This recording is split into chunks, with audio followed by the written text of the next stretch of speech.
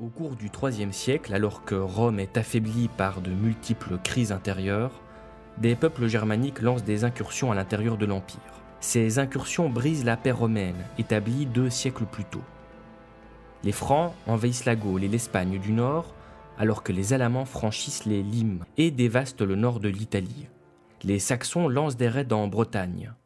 À l'est, les Goths font des incursions en Asie mineure et en Grèce.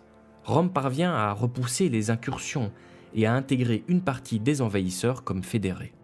Pour lutter contre cette menace extérieure, Dioclétien réorganise l'armée romaine et partage le pouvoir pour faciliter la gestion de l'Empire.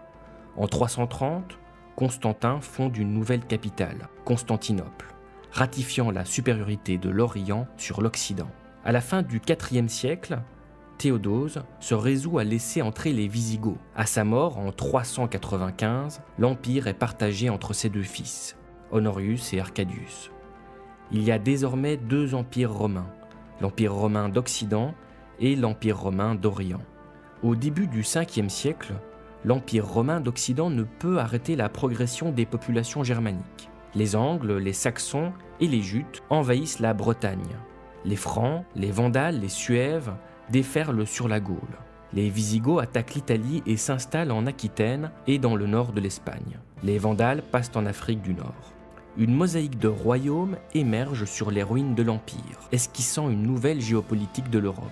En 476, Odoacre, chef des Hérules, dépose Romulus Augustule, le dernier empereur d'Occident.